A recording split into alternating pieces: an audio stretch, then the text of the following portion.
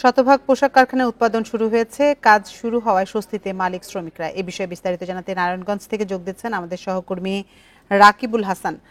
রাকিব, আজকে তো শুক্রবার এবং পরিস্থিতি স্বাভাবিক হয়, তো শতভাগ পোশাক কারখানায় উৎপাদনও শুরু হয়েছে, আজকের পরিস্থিতি কেমন দেখছেন? প্রিয় নাম্বার সেট করে বিকাশে সেন্ড মানি করুন ফ্রি। দেখুন, নারায়ণগঞ্জের যে ফতুল্লার যে বেসিক শিল্প নগরী এবং আদমজির ইপিজেড প্রায় 550 যে রপ্তানিমুখী গার্মেন্টস প্রতিষ্ঠান রয়েছে, এখানে কিন্তু গত দুদিন যাবৎ শতভাগ শিল্প প্রতিষ্ঠান খুলেছে। এবং আজকে বন্দর দিনে যে বিষয়টি আমরা জানতে পেরেছি যে যেসব প্রতিষ্ঠানগুলিতে বিদেশে অর্ডার করা, অর্থাৎ যেই বিদেশের যে তৈরি পোশাক অর্ডার দেওয়ার যেই বিষয়গুলি আছে, সেসব প্রতিষ্ঠান কিন্তু আজকে জরুরি ভিত্তিতে তারা কাজ করছে এবং কিছু কিছু প্রতিষ্ঠান তারা খোলা রেখেছেন। তবে মালিক পক্ষ এবং শ্রমিকরা যে বিষয়টি জানিয়েছেন যে দেশে চলমান যে একটা অস্থিরতা বিরাজ করছে এবং বেশ কিছু গার্মেন্টস প্রতিষ্ঠানেও কিন্তু হামলার ঘটনা ঘটেছে গত কয়েকদিনে, এবং এইসব ঘটনায় কিন্তু গার্মেন্টস ব্যবসায়ীরা কিন্তু নিরাপত্তাহীনতায় ভুগছেন। এবং নারায়ণগঞ্জে আমরা এই গার্মেন্টস শিল্প প্রতিষ্ঠানগুলির আশেপাশে কোথাও কিন্তু কোনো আইন শৃঙ্খলা বাহিনী তাদের নিরাপত্তা দিতে দেখিনি।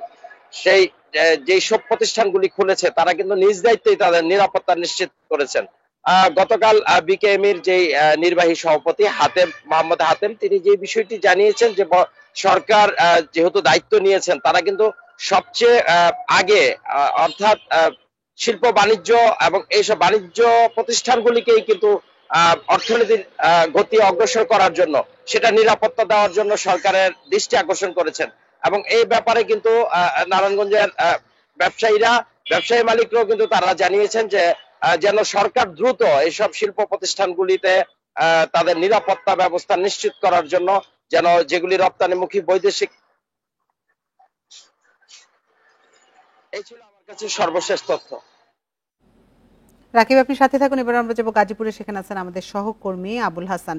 আবুল হাসান, নারায়ণগঞ্জে তো অনেক কারখানাই খোলা আছে, আপনি গাজীপুরের পরিস্থিতি কেমন দেখছেন? সেখানে আজকে কোনো পোশাক কারখানা খোলা আছে কিনা?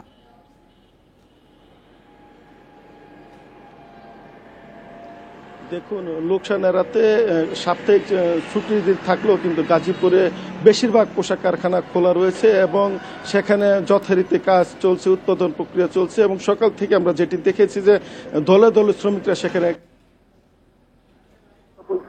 অপ্রীতিকর ঘটনার খবর পাইনি। শ্রমিকদের সঙ্গে আমরা কথা বলছিলাম, তারা যেটি বলছেন যে তারা কারখানায় প্রবেশের মুখে তাদের কোনো বাধা পেতে হয়নি, নিরাপত্তা নিয়ে তাদের কোনো ঝামেলা হয়নি, তারা স্বাভাবিক পরিবেশে অন্যান্য দিনের মতোই তারা কিন্তু কারখানায় যোগ দিয়েছেন।